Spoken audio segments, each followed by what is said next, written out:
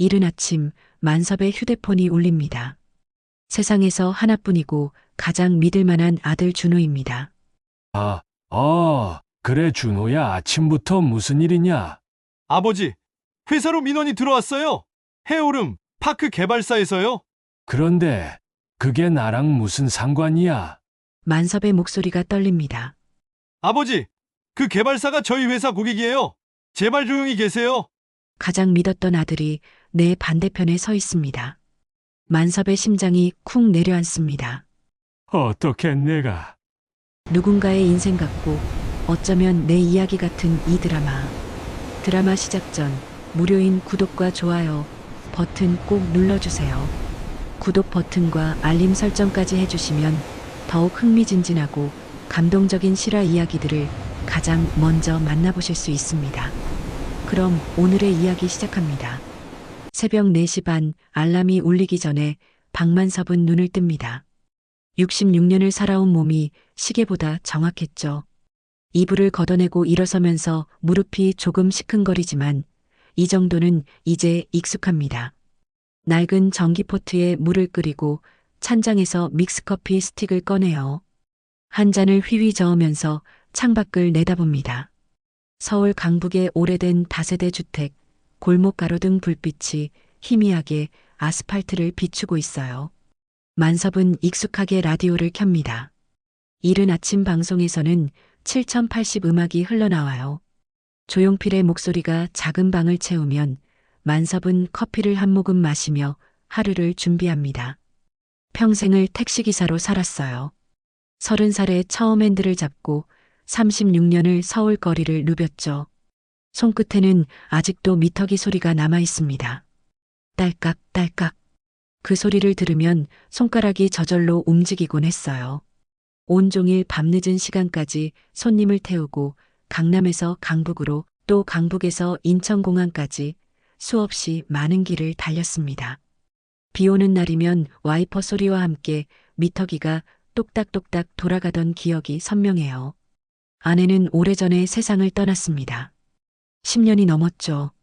그 빈자리는 여전히 크지만 만섭은 혼자 사는 법을 배웠어요. 처음엔 밥을 어떻게 지어야 할지도 몰랐습니다. 반찬통을 여는 것조차 서툴렀죠. 하지만 시간이 지나면서 익숙해졌어요. 아침에는 믹스커피 한 잔, 점심은 동네 분식집 김밥 한 줄, 저녁은 골목 슈퍼에서 사온 컵라면. 그렇게 하루하루를 이어갑니다. 화려하진 않지만 나름의 리듬이 있는 삶이었죠. 아내가 살아있을 때는 매일 아침 된장찌개 냄새가 집안을 가득 채웠는데 이제는 커피 향만이 작은 방을 맴돕니다. 동네 분식집 사장님은 만섭을 보면 김말이를 하나 더 얹어줍니다. 어르신, 이것도 드세요. 말없이 건네는 그 따뜻함이 좋았어요. 처음엔 사양했지만 사장님이 워낙 고집스럽게 챙겨줘서 이제는 고맙게 받습니다. 목욕탕에서는 장기 탕비 티켓을 끊어두고 한 달에 2~3번씩 갑니다. 때를 밀고 나면 몸이 한결 가벼워지는 것 같았죠. 목욕탕 단골 어르신들과 이야기를 나누다 보면 시간 가는 줄도 몰라요. 골목 슈퍼 주인 아주머니는 가끔 외상을 봐주기도 했습니다. 돈은 다음에 주세요, 어르신. 장부에 적힌 만섭의 이름 옆에는 작은 숫자들이 쌓여 있었어요. 만섭은 꼭 다음 달 초에 정산을 했습니다. 신용은 지켜야 한다고 생각했거든요. 이런 사소한 것들이 만섭의 하루를 지탱합니다. 큰 기쁨도 큰 슬픔도 없이 그저 조용히 흘러가는 일상. 하지만 최근 들어 몸이 예전 같지 않다는 걸 느낍니다. 무릎도 아프고 허리도 자주 결리고 계단을 오를 때면 숨이 차오르죠. 3층까지 올라가는데 2번이나 쉬어야 했어요. 혼자 사는 것도 점점 버거워지기 시작했습니다. 전기세 고지서를 깜빡하고 넘기기도 하고 약 먹는 시간을 잊어버리기도 해요. 냉장고에 넣어둔 반찬이 상한 걸 모르고 먹을 뻔한 적도 있었죠. 그렇게 하루하루를 보내며 평범한 일상이 얼마나 감사한지를 새삼 느끼며 살고 있습니다. 어느 일요일 교회에서 장로 최상구를 만났습니다. 최상구는 만섭보다 4살 위인 70살이지만 여전히 정정해 보였어요. 양복을 단정하게 입고 머리도 깔끔하게 빗어 넘긴 모습이 인상적이었습니다. 예배가 끝나고 교회 로비에서 커피를 마시는데 최상구가 슬쩍 이야기를 꺼냅니다. 만섭 집사, 요즘 혼자 계시기 불편하시죠? 그럭저럭 살고 있습니다. 아니, 보기에도 많이 힘들어 보이세요. 그러지 말고 실버타운 한번 알아보세요. 실버타운이요? 네, 요즘 시설 좋은 데 많아요. 같은 나이대끼리 정도 붙이고 병원 연계도 잘 돼 있고 식사도 제공되고 청소나 빨래도 다 해주더라고요. 혼자 늙어가는 것보다 훨씬 낫습니다. 최상구의 말이 만섭의 마음속에 작은 물결을 일으킵니다. 사실 만섭도 생각해 본 적이 있었어요. 편하게 늙어가고 싶다는 마음. 더 이상 운전대를 잡지 않고 누군가의 보살핌을 받으며 조용히 여생을 보내는 것. 나쁘지 않게 느껴졌죠. 최상구는 명함을 한 장 건넵니다. 여기 좋은 데 있어요. 제가 아는 분이 계시니까 한번 연락해 보세요. 그날 저녁 아들 준호에게 전화를 걸었습니다.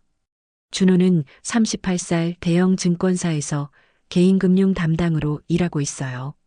바쁜 사람이라 통화도 자주 못합니다. 한 달에 한두 번 정도 안부를 묻는 게 전부였죠. 준호야, 아빠가 실버타운 한번 알아볼까 하는데 전화 너머로 잠시 침묵이 흐릅니다. 그러더니 준호가 말해요. 아버지, 그런데 보증금 크고 수수료 구조도 복잡해요. 잘못 계약하면 돈만 날리고 나오기도 힘듭니다. 요즘 그런 곳 사기도 많대요. 조금 더 신중하게 알아보세요.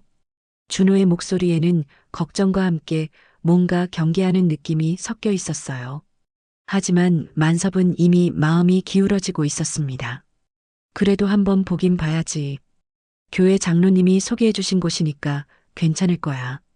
아버지, 아는 사람이 소개한다고 다 좋은 건 아니에요. 계약서 꼭 꼼꼼히 보시고 저한테도 보여주세요. 알았어, 알았어. 걱정 마라. 전화를 끊고 만섭은 창밖을 내다봅니다. 골목 가로등 아래로 고양이 한 마리가 지나가요. 운전대를 내려놓고 나도 좀 편하게 살고 싶다. 속으로 중얼거립니다. 혼자 사는 집은 점점 더 넓고 텅 비어 보였어요. 벽지는 오래되어 군데군데 떨어져 있고 싱크대 수도꼭지는 물이 새서 밤마다 똑똑 소리를 냅니다. 이런 집에서 계속 늙어갈 자신이 없었어요. 믹스커피 한 잔을 더 타서 마시며 만섭은 내일 최상구에게 다시 물어봐야겠다고 생각합니다. 명함을 꺼내 들여다봅니다. 해오름 파크. 이름부터 밝고 희망찬 느낌이에요. 사진도 인터넷에서 찾아봅니다. 깔끔한 건물, 넓은 로비, 웃고 있는 어르신들. 이런 곳에서 살 수 있다면 남은 인생이 조금은 편안하지 않을까요? 밤은 깊어가고 라디오에서는 여전히 옛 노래가 흘러나옵니다. 만섭은 그 멜로디를 따라 조용히 흥얼거리다가 천천히 잠자리에 듭니다. 다음 주 수요일 만섭은 최상구와 함께 해오름 파크를 찾아갑니다. 지하철을 2번 갈아타고 버스를 한 번 더 타야 하는 곳이었어요. 도착하니 생각보다 훨씬 큰 건물이 눈앞에 펼쳐집니다. 10층짜리 건물 앞에는 잘 가꿔진 정원이 있고 입구에는 해오름 파크 시니어 레지던스라는 금색 간판이 햇빛을 받아 반짝입니다. 로비로 들어서자 은은한 트로트 음악이 흘러나와요. 이미자의 목소리가 공간을 부드럽게 감쌉니다. 대리석 바닥은 반짝반짝 빛나고 천장에는 샹들리에가 달려 있어요. 만섭은 잠깐 멈칫합니다. 호텔 로비 같은 분위기에 주눅이 들었거든요. 최상구가 만섭의 등을 가볍게 두드립니다. 좋죠? 여기서 편하게 사시면 됩니다. 안내 데스크로 다가가자 젊은 남자 직원이 환하게 웃으며 맞이합니다. 30대 초반으로 보이는 그는 정장을 단정하게 입고 있었어요. 어서 오세요. 저는 분양사무장 박혜진입니다. 최 장로님께 연락받았습니다. 박혜진은 태블릿을 들고 만섭을 안내합니다. 복도를 따라 걸으며 시설을 소개해요. 식당, 헬스장, 도서관, 노래방까지 모든 게 새 것처럼 깨끗합니다. 만섭은 고개를 끄덕이며 따라갑니다. 엘리베이터를 타고 5층으로 올라가 견본 주거실을 보여줍니다. 방 안은 아담하지만 아늑해요. 침대, 옷장, 작은 탁자와 의자. 창밖으로는 정원이 내려다 보입니다. 화장실도 깔끔하고 손잡이도 곳곳에 설치돼 있어요. 만섭은 방 안을 천천히 둘러봅니다.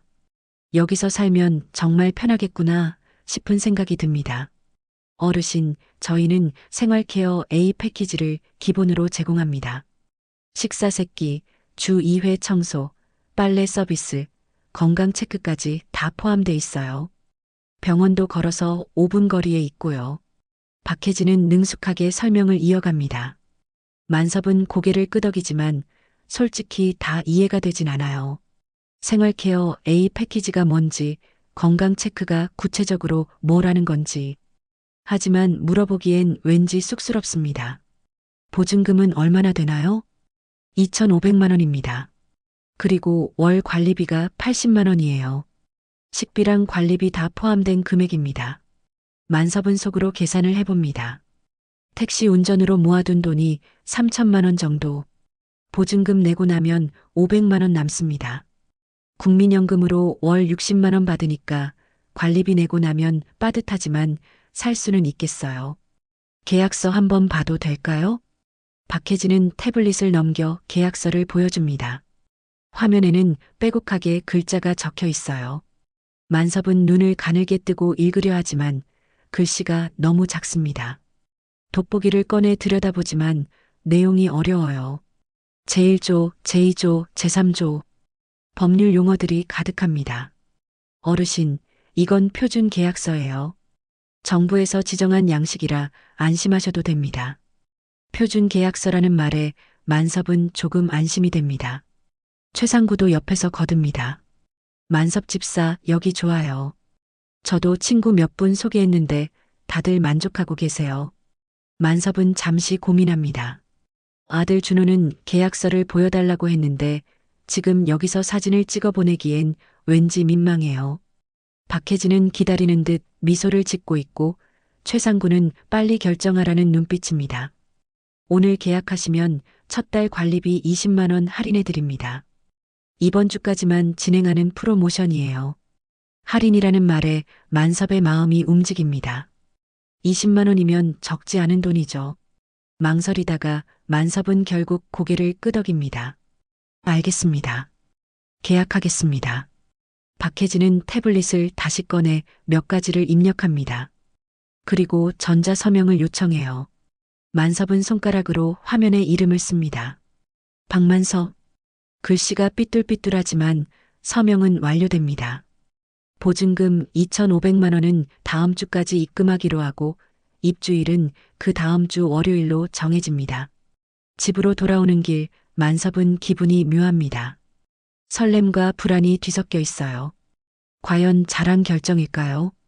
준호에게 전화를 걸어 계약 사실을 알립니다. 아버지, 제가 계약서 보고 결정하시라고 했잖아요. 아, 급하게 결정하게 됐어. 할인도 해준다고 해서. 준호는 한숨을 쉽니다. 아버지, 그런 할인은 미끼예요. 나중에 다른 비용 청구될 수도 있어요. 그래도 이미 계약했는데 어쩌겠어. 취소하면 위약금 내야 하잖아. 계약서라도 사진 찍어서 보내주세요. 제가 한번 확인해 볼게요. 만섭은 가방에서 계약서를 꺼냅니다. 박혜진이 출력해준 종이 계약서예요. 사진을 찍어 준호에게 보냅니다. 한참 뒤 준호에게서 답장이 옵니다. 아버지, 7조 사망 보세요.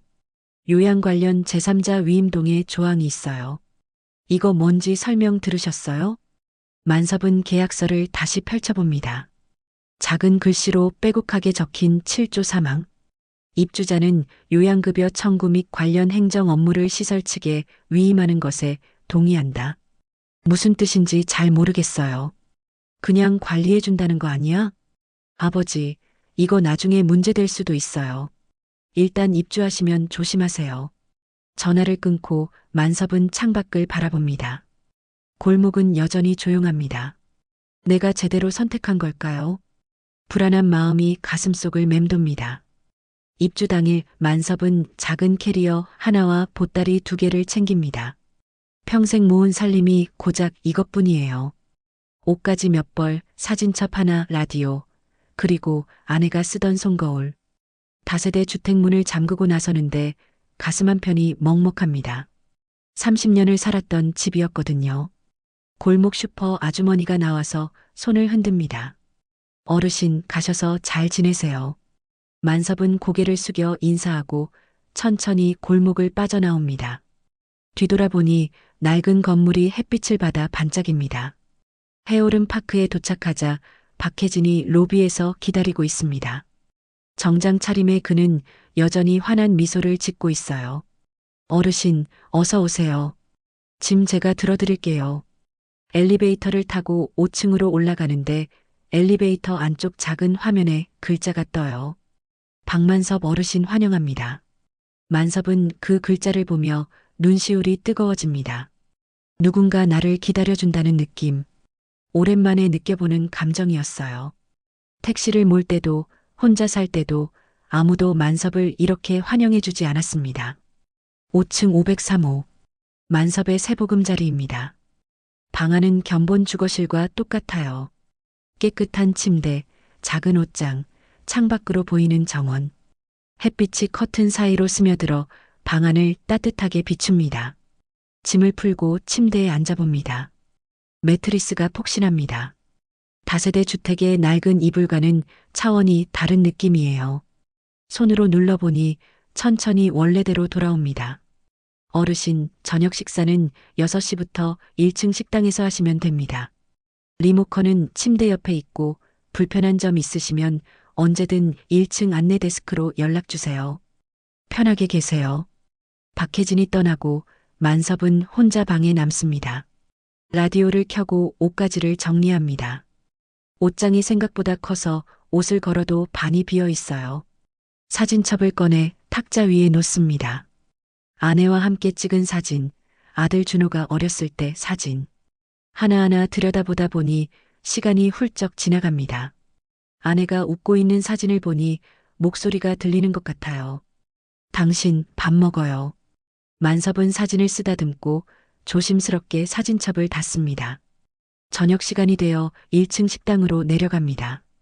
복도를 지나며 다른 어르신들과 마주칩니다. 인사를 나누고 엘리베이터를 함께 탑니다. 식당은 생각보다 넓어요.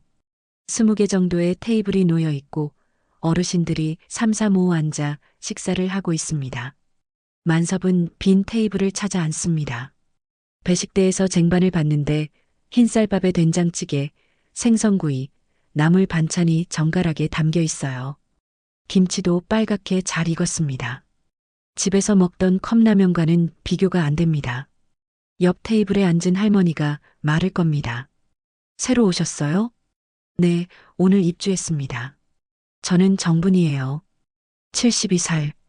여기 온 지 6개월 됐어요. 어디서 오셨어요? 강북에서 왔습니다. 저는 박만섭이라고 합니다. 정분이는 말이 많은 사람이었어요. 밥을 먹으면서 이것저것 물어봅니다.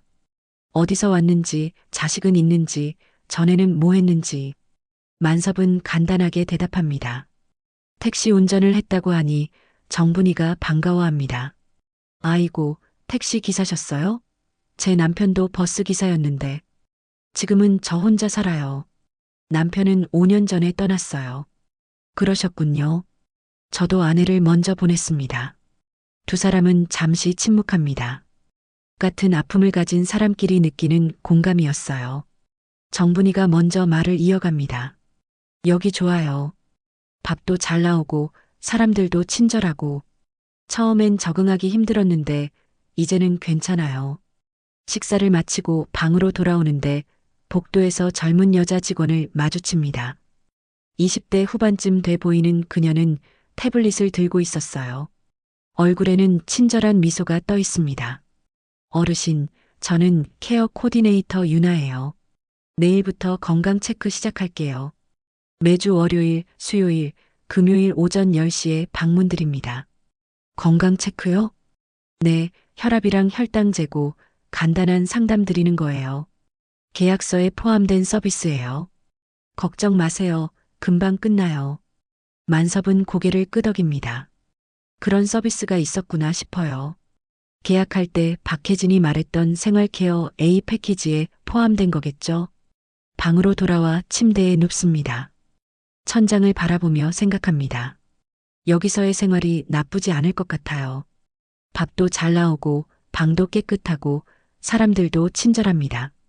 준호가 걱정했던 것과 달리 여기는 괜찮은 곳 같아요. 열흘이 지난 어느 날 아침 만섭의 휴대폰에 문자 메시지가 옵니다. 국민건강보험공단에서 온 메시지예요. 장기요양 요양급여 청구 완료. 본인 부담금 0원. 만섭은 문자를 읽고 미간을 찌푸립니다. 장기요양? 요양급여? 무슨 말인지 잘 모르겠어요. 본인 부담금 0원이라는 건 돈을 안 냈다는 뜻인가요? 아니면 정부에서 냈다는 뜻인가요? 만섭은 문자를 다시 읽어봅니다. 청구 완료라는 말이 마음에 걸립니다. 내가 뭘 받았기에 청구가 된 걸까요? 유나가 일주일에 3번씩 와서 혈압을 재긴 했지만 그게 치료인가요? 주사를 맞은 것도 아니고 약을 먹은 것도 아닌데. 방에서 나와 1층 상담실로 내려갑니다. 유나가 책상에 앉아 컴퓨터 작업을 하고 있어요. 만섭이 다가가자 유나가 고개를 듭니다. 어르신, 무슨 일이세요? 저기요, 이 문자가 무슨 뜻이에요? 제가 요양급여를 받았다는데 저는 주사도 안 맞았고 간호도 안 받았는데요. 유나는 문자를 보더니 환하게 웃습니다. 아, 그거요? 어르신 지난주에 낙상 예방 교육 받으셨잖아요. 그게 요양급여로 처리된 거예요. 낙상 예방 교육이요? 네, 로비에서 체조하신 거요. 일주일에 2번 하시잖아요.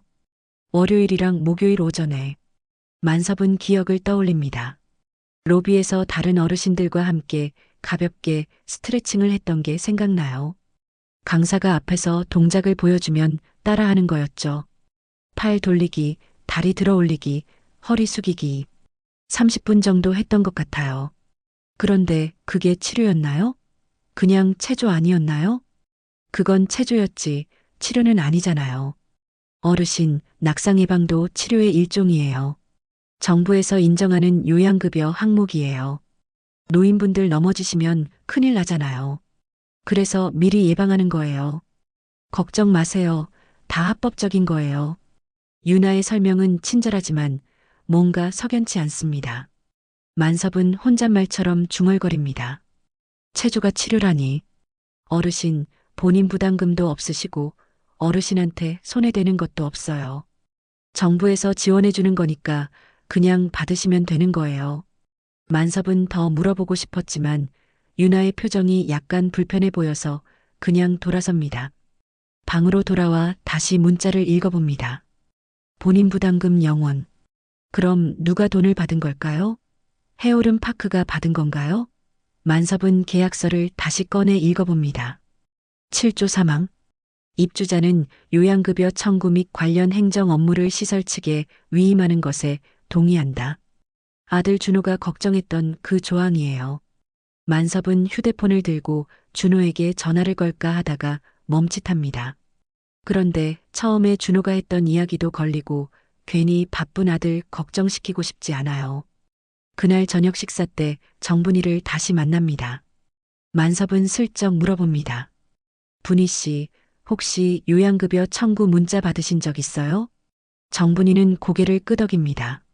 네, 받았죠. 그런데 저도 처음엔 이상했어요. 치료를 안 받았는데 청구가 됐더라고요. 그래서 어떻게 하셨어요? 그냥 넘어갔어요. 다들 그러는 것 같던데요. 어차피 우리가 돈 내는 것도 아니고 정부 돈이잖아요. 괜히 따지면 이상한 사람 되는 거 아니에요? 정분이의 말에 만섭은 조금 안심하면서도 동시에 더 큰 의심이 듭니다. 다들 그렇다는 건 이게 일상적으로 벌어지고 있다는 뜻 아닌가요? 만섭은 방으로 돌아와 침대에 앉아 생각합니다. 이 문제를 파고들어야 할까요? 아니면 그냥 모른 척 지나가야 할까요? 다음 날 만섭은 결심을 합니다. 제대로 알아봐야겠다고. 평생 택시를 몰면서 길을 읽어왔듯이 이 문제도 하나씩 짚어봐야 합니다.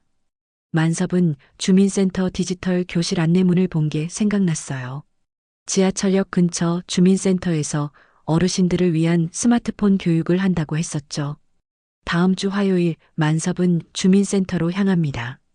디지털 교실에는 비슷한 나이대 어르신들이 모여 있어요. 강사는 젊은 여자 공무원입니다. 천천히 또박또박 스마트폰 사용법에 대해 설명해 줍니다. 어르신들, 국민건강보험 앱 깔아드릴게요. 여기서 본인이 받은 급여 내역을 다 확인하실 수 있어요. 만섭은 휴대폰을 꺼내 따라합니다. 앱을 설치하고 로그인을 하는데 비밀번호가 뭐였는지 기억이 안 나요. 강사가 옆에 와서 도와줍니다. 본인 인증을 거쳐 로그인에 성공합니다. 자, 이제 요양급여 내역 조회를 눌러보세요. 화면에 목록이 뜹니다. 만섭은 눈을 가늘게 뜨고 들여다봅니다. 지난 한 달간 청구된 내역이 쭉 나열돼 있어요. 낙상 예방 교육, 건강 상담, 물리치료, 보조. 만섭은 고개를 갸웃합니다. 물리치료 보조? 저는 물리치료를 받은 적이 없는데요. 선생님, 이거 제가 안 받은 것도 있는데요. 강사가 화면을 보더니 말합니다. 어르신, 시설에서 청구한 거면 시설 측에 문의하셔야 해요. 혹시 잘못된 것 같으면 건강보험공단에 이의 신청도 할 수 있어요. 이의 신청. 만섭은 그 단어를 머릿속에 새깁니다. 수업이 끝나고 만섭은 공단 홈페이지 주소를 메모합니다. 집으로 돌아오는 길에 문구점에 들러 공책 한 권을 삽니다. 예전에 택시 운행일지를 쓰던 것처럼 이제는 이 문제를 기록해야겠다고 생각했어요. 해오름 파크로 돌아와 방 안에서 공책을 펼칩니다. 첫 장에 날짜를 적습니다. 오늘부터 하나씩 기록하기로 합니다. 언제 누가 방에 왔는지, 무슨 서비스를 받았는지, 청구 내역은 어떻게 되는지. 며칠 뒤 만섭은 관리실을 찾아갑니다. 출입카드 기록을 보고 싶다고 말합니다. 관리실 직원은 난처한 표정을 짓습니다. 어르신, 그건 개인정보라서 함부로 드릴 수가 없어요. 왜 필요하세요? 제 방 출입 기록인데 왜 제가 못 보나요? 일단 소장님 결제를 받아야 해요. 신청서 작성하시고 일주일 정도 걸릴 거예요. 만섭은 신청서를 작성합니다. 일주일. 기다릴 수 있습니다. 그런데 복도 게시판에 붙은 공지가 눈에 들어옵니다. CCTV 영상 보존 기간 30일. 30일 이후 자동 삭제됨. 만섭의 심장이 쿵합니다. 30일. 지금 따지고 있는 청구권이 20일 전 일입니다. 열흘 남았어요. 만섭은 관리실 직원에게 다시 묻습니다. CCTV 영상도 신청하면 볼 수 있나요? 그것도 소장 결제 필요해요. 그리고 복도 영상은 보존 기간이 짧아요.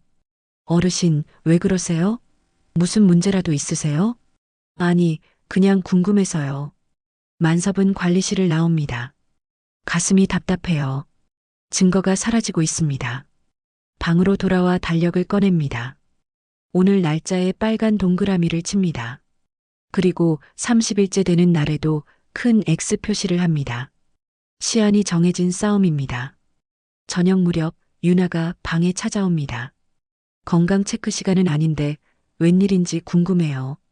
어르신, 요즘 관리실에 자주 가시던데 불편한 점 있으세요? 아니요, 그냥 궁금한 게 있어서요. 유나는 잠시 망설이다가 말합니다. 어르신, 너무 예민하게 생각하지 마세요. 여기 다른 분들도 다 똑같이 받는 서비스예요. 문제 삼으면 어르신만 불편해지세요. 유나의 목소리에는 경고의 뉘앙스가 섞여 있어요. 만섭은 고개를 끄덕이지만 속으로는 다짐합니다. 나는 물러서지 않겠다고. 그날 밤 만섭은 아들 준호에게 전화를 겁니다. 더 이상 혼자 고민할 수 없었어요. 준호야, 아빠가 물어볼 게 있는데. 네, 아버지. 무슨 일이세요? 요양급여 청구 내역을 확인했는데 내가 안 받은 것들도 있어. 물리치료 보조라는 게 청구됐던데 난 그런 거 받은 적이 없거든. 전화 너머로 준호의 한숨소리가 들립니다. 아버지, 제가 뭐라고 했어요? 그런 곳들 다 그래요. 그거 허위 청구하는 거예요. 그럼 어떻게 해야 하지? 증거를 확보하셔야 해요. 출입 기록, CCTV 영상, 청구 내역.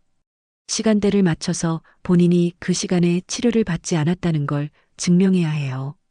출입 기록은 신청했어. 그런데 CCTV는 30일 지나면 사라진대. 아버지, 지금 며칠 남았어요? 열흘. 준호는 잠시 침묵합니다. 그러더니 단호하게 말합니다. 아버지, 제가 도와드릴게요. 일단 모든 증거 확보하세요. 출입 기록, CCTV 보존 요청서, 요양급여 명세 전부 다요. 그래, 고맙다. 전화를 끊고 만섭은 공책을 다시 펼칩니다. 해야 할 일들을 적어 내려갑니다. 시간과의 싸움이 시작됐습니다. 일주일이 지났지만 출입 기록은 나오지 않습니다. 만섭은 매일 관리실에 들러 물어보지만 대답은 똑같아요.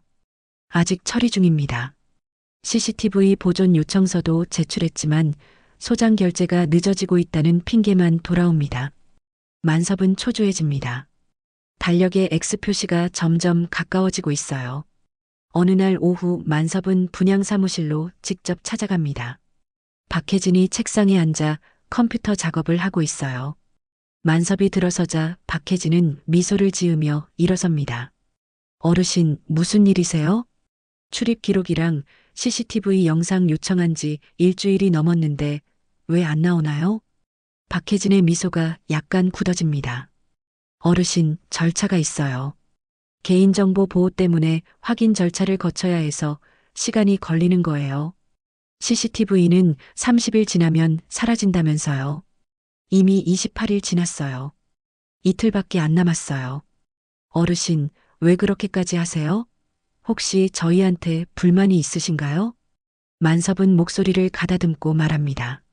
불만이 아니라 제가 안 받은 치료가 청구됐어요. 그 시간에 제가 뭘 하고 있었는지 확인하고 싶은 거예요. 박혜진은 태블릿을 꺼내 뭔가를 확인합니다. 어르신, 요양급여는 정부에서 인정하는 항목만 청구돼요. 저희가 함부로 청구할 수 없어요. 혹시 착오가 있으신 것 아닐까요? 착오가 아니에요. 제가 분명히 안 받았어요. 박혜진의 표정이 차갑게 변합니다. 어르신, 계약서 7조 사망 보셨죠? 요양급여 관련 업무는 저희에게 위임하신 거예요. 어르신이 일일이 확인하실 필요 없어요. 위임했다고 해서 거짓으로 청구해도 된다는 건 아니잖아요. 순간 사무실 분위기가 얼어붙습니다. 박혜진은 잠시 만섭을 노려보다가 웃음을 억지로 지으며 말합니다.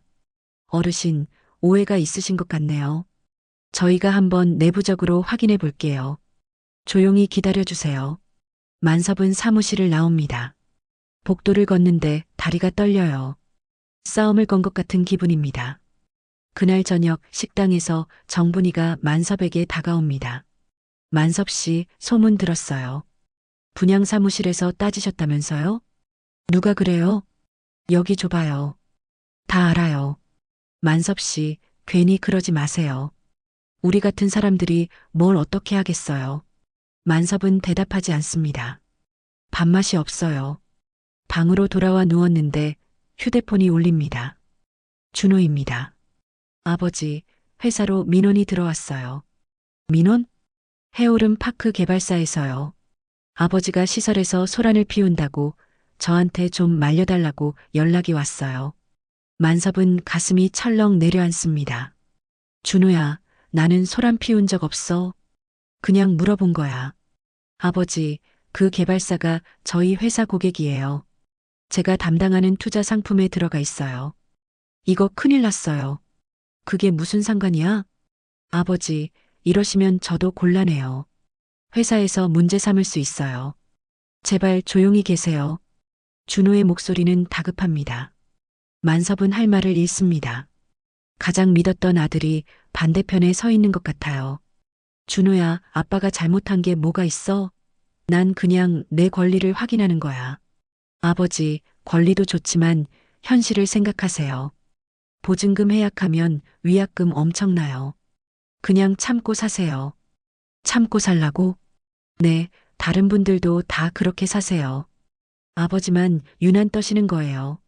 전화가 끊깁니다. 만섭은 휴대폰을 내려놓고 창밖을 바라봅니다.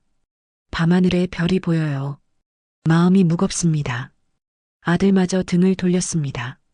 다음 날 아침 관리실에서 연락이 옵니다. 어르신, 소장님이 뵙자고 하세요. 만섭은 1층 소장실로 내려갑니다. 소장은 50대 중반의 남자예요. 양복을 단정하게 입고 책상 뒤에 앉아 있습니다. 어르신, 앉으세요. 차 한잔 하시죠.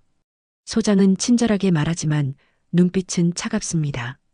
어르신, 요즘 민원을 많이 넣으신다고 들었어요. 민원이 아니라 제 권리를 확인하는 거예요. 어르신, 여기는 공동생활 시설이에요. 한 분이 문제를 제기하시면 다른 분들도 불안해하세요. 그리고 어르신, 혹시 최근에 기억력 검사 받아보신 적 있으세요? 만섭은 소장의 말에 화가 치밀어 오릅니다. 제 정신 멀쩡합니다. 아니에요. 그런 뜻이 아니라 어르신 나이에는 가끔 기억이 혼란스러울 수 있잖아요. 저희가 치매 초기 검사를 무료로 해드릴 수 있어요. 소장은 서류를 한 장 꺼냅니다. 치매 선별 검사 안내문이에요. 만섭은 그 서류를 보며 깨닫습니다. 저들이 나를 문제 입주자로 만들려고 한다는 걸. 저는 검사 안 받겠습니다. 어르신, 이건 어르신을 위한 거예요. 필요 없어요. 만섭은 자리에서 일어납니다. 소장이 말합니다. 어르신, 계약서 잘 보세요. 8조 2항 공동생활 질서를 해치는 행위 시 계약 해지 사유가 될 수 있어요. 만섭은 뒤도 돌아보지 않고 소장실을 나옵니다. 복도를 걸으며 생각합니다. 이제 정말 싸움이 시작됐습니다. 방으로 돌아와 공책을 펼칩니다. 오늘 있었던 일을 적어 내려갑니다. 소장과의 대화, 치매 검사 압박, 계약 해지 위협. 하나하나 기록합니다. 저녁 무렵 만섭의 방문이 노크됩니다. 유나입니다.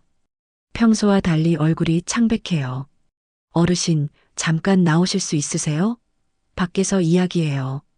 만섭은 유나를 따라 건물 뒤편으로 갑니다. 작은 카페가 있어요. 유나는 주위를 살피며 조용히 말합니다. 어르신, 제가 도와드릴게요. 하지만 저도 위험해요. 이거 들키면 저 잘려요. 무슨 말이에요? 유나는 가방에서 메모지를 꺼냅니다. 프리패스 카드가 있어요. 만섭은 유나의 말에 귀를 기울입니다. 카페 안은 조용하고 창밖으로 해가 지고 있어요. 프리패스 카드요? 네, 케어팀이 쓰는 마스터 카드예요. 한번 찍으면 여러 호실 출입 기록이 동시에 생성돼요. 실제로는 방에 안 들어가도 기록상으로는 들어간 것처럼 보이는 거죠. 만섭은 숨이 막힙니다. 그럼 요양급여 청구도? 네, 실제 서비스 제공 없이 청구하는 거예요. 한 사람이 10명, 20명치를 한꺼번에 처리해요. 어르신, 그날 청구된 물리치료 보조 시간에 어르신은 로비에서 피아노 강습 들으셨잖아요. 제가 확인했어요. 그럼 증거가 있다는 거죠? 유나는 고개를 끄덕입니다. 있어요. 하지만 제가 직접 드릴 순 없어요. 어르신이 정식으로 요청하셔야 해요. 그리고 유나는 목소리를 더 낮춥니다. 최상구 장로님, 그분이 입주자 대표예요. 그분이 외부 요양기관하고 연결돼 있어요. 만섭은 믿을 수 없다는 표정입니다. 교회 장로 최상구, 자신을 이곳으로 인도한 사람. 그 사람이 브로커였다니. 장로님이요? 네, 입주자 소개할 때마다 수수료 받아요. 그리고 요양급여 청구건마다 일정 비율을 가져가요. 제가 회의록에서 봤어요. 만섭의 손이 떨립니다. 믿었던 사람들이 하나씩 무너져 내립니다. 유나는 메모지를 만섭에게 건넵니다. 어르신, 여기 적힌 대로 하세요. 건강보험공단에 이의 신청하고 CCTV 보존 요청 독촉하고 출입기록 공개 요구하세요. 법적으로 어르신 권리예요. 유나 씨는 왜 이러는 거예요? 위험하다면서요. 유나의 눈시울이 붉어집니다. 저도 처음엔 몰랐어요. 그냥 시키는 대로 했어요. 근데 어느 날 할머니 한 분이 돌아가셨는데 돌아가신 다음 날까지 요양급여가 청구됐더라고요. 죽은 사람한테까지 청구하는 걸 보고 양심이 너무 아팠어요. 만섭은 유나의 손을 꽉 잡습니다. 고마워요. 너도 조심해요. 유나는 고개를 끄덕이고 먼저 자리를 뜹니다. 만섭은 메모지를 주머니에 넣고 천천히 숙소로 돌아옵니다. 방 안에서 메모지를 펼쳐봅니다.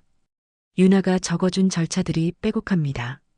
건강보험공단 이의 신청 방법, CCTV 보존 독촉 방법, 출입 기록 공개 청구 방법. 만섭은 공책에 옮겨 적습니다. 하나하나 체크리스트를 만들어요. 늦게 배운 도둑질이 무섭다는 말이 있죠. 만섭은 평생 길을 읽어왔습니다. 이제는 법과 제도의 길을 읽어야 합니다. 다음 날 아침 만섭은 다시 주민센터로 갑니다. 디지털 교실 강사에게 도움을 요청해요. 건강보험공단 앱에서 이의 신청 메뉴를 찾아 클릭합니다. 신청서를 작성하는데 손이 떨려요. 하지만 한 글자 한 글자 정성스럽게 씁니다. 본인은 물리치료 보조를 받은 사실이 없으며 해당 시간에 로비 피아노 강습에 참여하고 있었음. 허위 청구로 판단되어 이의를 제기함. 제출 버튼을 누릅니다. 화면에 접수 완료 메시지가 뜹니다. 만섭은 작은 승리감을 느낍니다. 오후에는 해오름 파크 관리실로 갑니다. CCTV 보존 독촉 공문을 직접 작성해 제출합니다. 개인정보보호법 제35조에 따라 본인의 영상정보 열람을 요청함. 30일 보존 기한이 이틀 남았으므로 즉시 처리 바람. 관리실 직원은 당황한 표정입니다. 어르신, 이거 어디서 배우셨어요? 배워야 할 건 배워야죠. 만섭은 공문 접수증을 받아 챙깁니다. 모든 게 기록입니다. 증거입니다. 저녁 무렵 만섭은 예전 택시 동료에게 전화를 겁니다. 김철수 같이 10년을 일했던 동료입니다. 철수 형, 나 만섭이에요. 오, 만섭이. 잘 지내? 형, 부탁이 하나 있어요. 해오름 파크 셔틀버스 블랙박스 영상 좀 구할 수 있어요? 김철수는 셔틀버스 기사로 일하고 있었어요. 블랙박스? 왜? 제가 그날 단지 밖에 있었다는 걸 증명해야 해요. 알았어, 구해볼게. 며칠치 필요해? 지난달 23일 오전 10시쯤이요. 오케이, 내일 보내줄게. 전화를 끊고 만섭은 안도의 한숨을 쉽니다. 퍼즐이 하나씩 맞춰지고 있어요. 그날 밤 준호에게서 문자가 옵니다. 아버지, 회사에서 저한테 압박이 들어와요. 제발 그만두세요. 만섭은 답장을 보냅니다. 준호야, 아버지는 내가 믿든 말든 내 이름을 지킨다. 증거는 시간과 싸움이다. 답장은 오지 않습니다. 만섭은 휴대폰을 내려놓고 창밖을 바라봅니다. 고요한 밤입니다. 하지만 만섭의 마음속에는 폭풍이 일고 있어요. 다음 날 김철수에게서 연락이 옵니다. 블랙박스 영상을 이메일로 보냈다고 해요. 만섭은 주민센터로 달려가 컴퓨터로 영상을 확인합니다.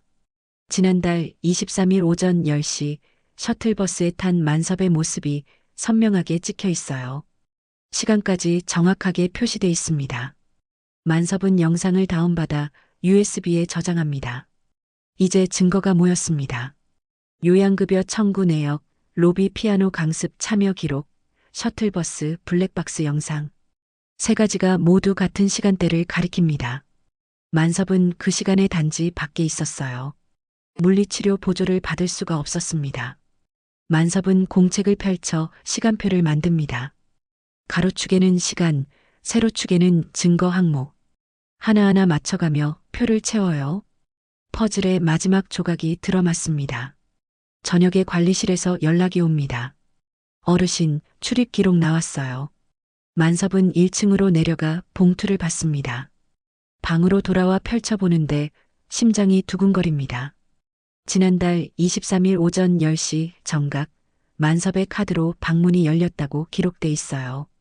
하지만 만섭은 그 시간에 셔틀버스를 타고 있었습니다.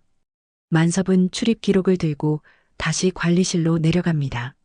CCTV 보존 기한이 오늘까지예요. 더 이상 미룰 수 없습니다.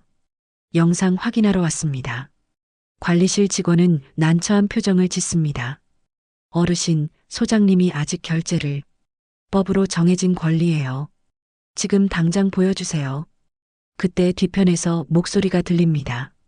무슨 일이죠? 소장이 나타납니다. 만섭은 출입 기록과 블랙박스 영상이 담긴 USB를 꺼내 보여줍니다. 이 시간에 제 카드로 방문이 열렸다고 돼 있는데 저는 셔틀버스를 타고 있었어요. 프리패스 카드로 찍은 거 아닌가요? 소장의 얼굴이 굳어집니다. 어르신, 시스템 오류일 수 있어요. 오류면 CCTV로 확인하면 되잖아요. 복도 영상 보여주세요. 소장은 한참을 망설이다가 관리실 직원에게 눈짓을 합니다. 직원이 컴퓨터를 켜고 영상을 불러옵니다. 하지만 화면은 검게 나옵니다. 어르신, 죄송합니다. 그날 영상이 손상됐네요. 손상이요? 어제까지만 해도 보존 기간이었는데 소장이 끼어듭니다. 서버 점검하면서 일부 파일이 손상된 것 같습니다. 정말 죄송합니다. 만섭은 손이 부들부들 떨립니다. 증거인멸입니다. 마지막 증거가 사라졌어요. 하지만 만섭은 물러서지 않습니다. 서버 점검 기록 보여주세요. 언제 했는지, 누가 했는지. 그건 외주 업체가 한 거라서 외주 업체 연락처 주세요. 제가 직접 확인할게요. 소장과 관리실 직원은 당황한 표정입니다. 그때 관리실 문이 열리며 누군가 들어옵니다. 장로 최상구입니다. 양복을 단정하게 입고 여유로운 표정이에요. 만섭 집사, 여기서 뭐 하시는 거요? 장로님, 이건 제 문제예요. 최상구는 소장에게 눈짓을 하고 만섭의 팔을 잡습니다. 잠깐 나가서 이야기합시다. 복도로 나온 최상구는 목소리를 낮춥니다. 만섭 집사, 이제 그만하시오. 교회 체면도 있고 여기 다른 교우들도 있는데 장로님이 저를 여기 소개하셨잖아요. 수수료 받으셨죠? 최상구의 얼굴이 일그러집니다. 무슨 소리를 하는 거요? 유나 씨한테 들었어요. 입주자 소개할 때마다 돈 받으신다고. 요양급여 청구건마다 일정 비율 가져가신다고. 최상구는 잠시 침묵하다가 표정을 바꿉니다. 만섭 집사, 다들 먹고 살려고 하는 거요. 자네도 이해할 거 아니요. 사람 이름을 훔쳐서 먹고 사는 건 도둑질이에요. 집사, 지금 나를 도둑이라고 하는 거요? 체면이 사람 위에 있을 순 없죠. 장로님이 가린 건 주름이 아니라 존엄입니다. 최상구의 눈빛이 차갑게 변합니다. 자네 후회할 거요. 여기서 계속 살려면 조용히 해. 전 여기 계속 살 생각 없어요. 하지만 도망치지도 않을 거예요. 만섭은 돌아서서 걷습니다. 복도 끝에서 뒤를 돌아보니 최상구가 소장과 뭔가 이야기하고 있어요. 만섭은 방으로 돌아와 준호에게 전화를 겁니다. 하지만 준호는 받지 않습니다. 문자를 보냅니다. 준호야, 아빠 혼자서는 힘들다. 도와줘. 1시간쯤 지났을까요? 준호에게서 전화가 옵니다. 아버지. 준호야. 아버지, 죄송해요. 제가 늦었어요. 만섭은 준호의 목소리가 떨리는 걸 느낍니다. 무슨 일이야? 아버지, 제가 해오름 파크 개발사 펀드 상품을 팔았잖아요. 그런데 고객 민원 조사하다가 이상한 거래 흐름을 발견했어요. 장기요양 급여 청구 금액이 비정상적으로 많았어요. 그래서 금융감독원에 내부 고발했어요. 지금 조사 들어가고 있어요. 아버지, CCTV 삭제 중단 명령 나갔어요. 관리소 서버실 봉쇄됐어요. 만섭은 눈물이 핑 돕니다. 준호야, 고맙다. 아버지, 제가 아버지를 버린 것처럼 보였죠? 죄송해요. 회사에서 눈치챌까봐 그랬어요. 몰래 자료 모으고 있었어요. 내가 그럴 줄 알았어. 아버지, 이제 시작이에요. 내일 금감원 조사관들이 와요. 아버지가 모은 증거 다 필요해요. 전화를 끊고 만섭은 공책을 펼칩니다. 지난 한 달간 기록한 모든 것들, 요양급여 명세, 출입 기록, 블랙박스 영상, 통화 녹음, 유나가 준 메모, 하나하나 정리합니다. 다음 날 아침 해오름 파크는 술렁입니다. 금융감독원과 건강보험공단 직원들이 들이닥쳤어요. 관리소 서버실이 봉쇄되고 직원들이 조사를 받습니다. 만섭은 1층 회의실로 불려갑니다. 조사관이 묻습니다. 어르신, 처음 의심을 갖게 된 계기가 뭐였나요? 문자 한 통이었어요. 제가 받지 않은 치료가 청구됐더라고요. 그래서 어떻게 하셨어요? 기록했어요. 달력에 동그라미 치는 것부터 시작했죠.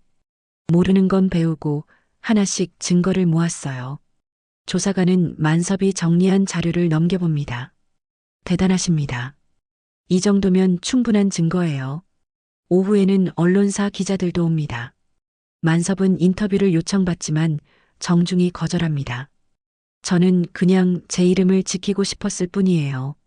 저녁 무렵 유나가 만섭을 찾아옵니다. 눈가가 붉어 있어요. 어르신 고마워요. 덕분에 저도 용기를 냈어요. 내부 자료 다 제출했어요. 유나 씨 고생 많았어요. 어르신 늦게 배운 기록은 정말 오래가네요. 만섭은 미소 짓습니다. 길은 늘 있었어요. 우리가 외면했을 뿐이죠. 밤이 깊어갑니다. 만섭은 창밖을 바라보며 생각합니다. 싸움은 아직 끝나지 않았습니다. 하지만 이제는 혼자가 아니에요. 한 달이 지났습니다. 금융감독원과 건강보험공단의 합동조사 결과가 발표되는 날, 만섭은 1층 로비에 있었어요. 대형 텔레비전 화면에 뉴스가 나옵니다. 해오름 파크 시니어 레지던스가 2년간 허위 청구로 12억 원을 편취한 것으로 드러났습니다. 프리패스 카드를 이용해 실제 서비스 제공 없이 수백 건의 요양급여를 청구했으며 로비에 모인 어르신들이 웅성거립니다. 그러게 이상하더라. 우리도 당한 거야? 만섭은 조용히 화면을 바라봅니다. 기자는 계속 말합니다. 입주자 소개 브로커로 활동한 최 모 씨는 검찰 조사를 받고 있으며 분양사무장 박 모 씨는 실적 압박에 못 이겨 허위 계약을 유도한 것으로 밝혀졌습니다. 이번 사건은 한 입주자의 끈질긴 문제 제기로 수면 위로 드러났는데 화면에 모자이크 처리된 만섭의 뒷모습이 잠깐 나옵니다. 옆에 있던 정분이가 만섭의 팔을 툭 칩니다. 만섭 씨, 저거 아니에요? 만섭은 아무 말 없이 미소만 짓습니다. 그날 오후 해오름 파크 관리 사무소에서 긴급 입주자 회의가 열립니다. 새로 부임한 소장이 단상에 섭니다. 40대 중반의 여성으로 표정이 단호해 보입니다. 입주자 여러분, 정말 죄송합니다. 전 경영진의 불법 행위로 여러분께 피해를 드렸습니다. 보증금은 전액 반환해드리고 원하시는 분은 위약금 없이 계약 해지가 가능합니다. 어르신들이 술렁입니다. 보증금 다 돌려준다고? 그럼 우리 어디로 가? 만섭이 손을 듭니다. 새 소장이 만섭을 바라봅니다. 박만섭 어르신 말씀하세요. 저는 여기 남겠습니다. 회의장이 조용해집니다. 모두가 만섭을 쳐다봅니다. 정분이가 놀라서 묻습니다. 만섭 씨 왜요? 돈 돌려받고 나가면 되잖아요. 만섭은 천천히 일어섭니다. 도망치면 또 잊혀요. 이 문제는 여기만의 문제가 아닙니다. 다른 실버타운도 마찬가지일 거예요. 누군가는 남아서 지켜봐야 합니다. 새 소장이 고개를 끄덕입니다. 감사합니다, 어르신. 저희도 투명한 운영을 약속드립니다. 그리고 한 가지 제안이 있습니다. 소장은 화면을 켭니다. 어르신들을 위한 권리 교육 프로그램을 만들려고 합니다. 시니어 기록교실이라고 이름 지었어요. 박만섭 어르신께서 강사를 맡아주시면 어떨까요? 만섭은 잠시 놀랍니다. 하지만 이내 고개를 끄덕입니다. 제가 할 수 있을지 모르겠지만 해보겠습니다. 박수 소리가 터져 나옵니다. 어르신들이 만섭을 향해 손뼉을 칩니다. 다음 주 화요일 첫 수업이 열립니다. 로비 옆 작은 강의실에 20명 정도의 어르신들이 모였어요. 만섭은 앞에 서서 큰 달력을 펼쳐 보입니다.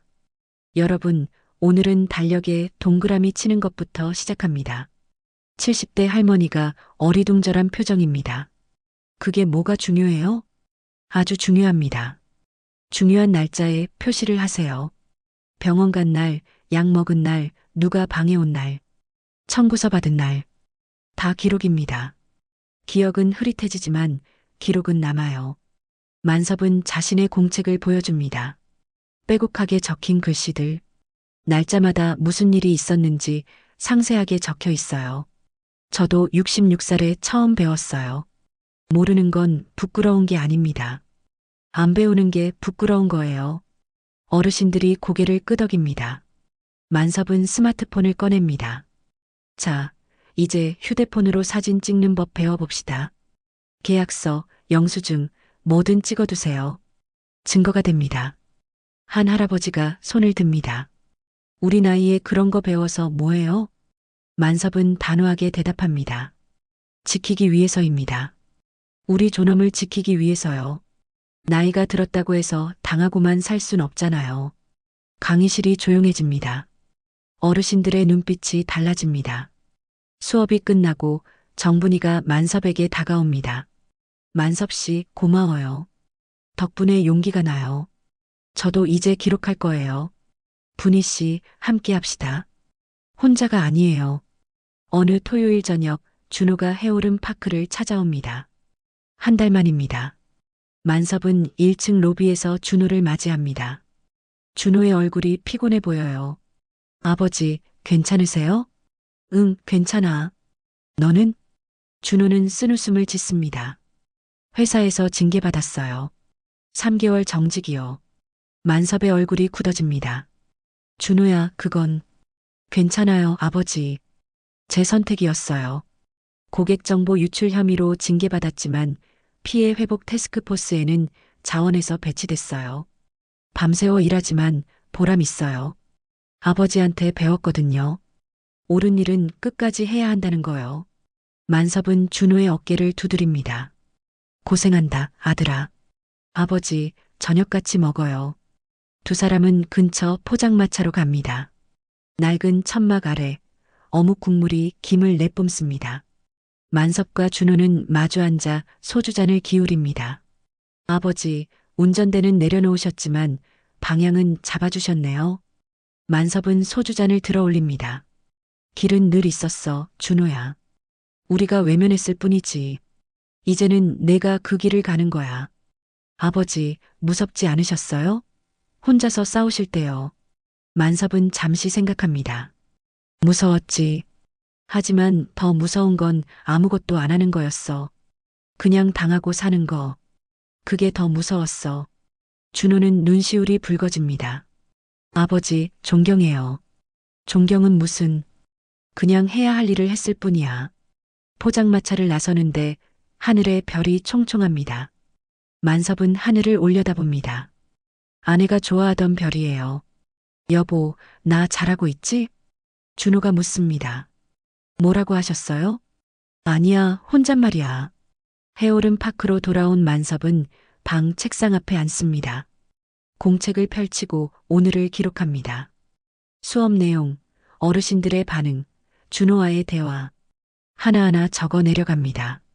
마지막 페이지에 만섭은 천천히 씁니다. 나는 평생 길을 읽어왔다. 표지판이 없던 밤길도, 손님을 태우고 목적지를 찾아가던 길도, 손끝에 남은 미터기 소리, 딸깍딸깍. 이제 택시는 내려놓았지만 내 노후의 길은 내가 읽는다. 기록은 지도다. 그 지도는 내 존엄을 집으로 데려간다. 만섭은 펜을 놓습니다. 창밖에 오른 파크의 불빛이 반짝입니다. 예전보다 더 밝아 보입니다. 투명하고 정직한 빛입니다. 침대에 누워 눈을 감습니다. 내일 또 수업이 있습니다. 가르칠 게 많습니다. 어르신들의 눈빛이 떠오릅니다. 희망과 용기가 담긴 눈빛. 새벽 4시 반 알람보다 먼저 눈을 뜹니다. 창밖으로 해가 떠오릅니다. 만섭은 전기포트에 물을 끓이고 믹스커피를 탑니다. 라디오를 켭니다. 7080 음악이 흘러나옵니다. 커피 향이 방 안을 채웁니다. 만섭은 창밖을 바라보며 혼잣말합니다. 나이 들어도 인생의 주인공은 나다. 나이가 들었다고 해서 삶의 주인공이 아닌 건 아닙니다. 기록은 지도가 되고 그 지도는 우리의 존엄을 지켜줍니다. 늦게 배운 도둑질이 무섭다는 말, 늦게 배운 용기는 더 강합니다. 오늘도 이야기에 귀 기울여 주셔서 감사합니다. 구독과 좋아요를 꾹 눌러주시면 더 좋은 이야기를 만드는데 힘이 됩니다. 다음 이야기에서 또 만나요.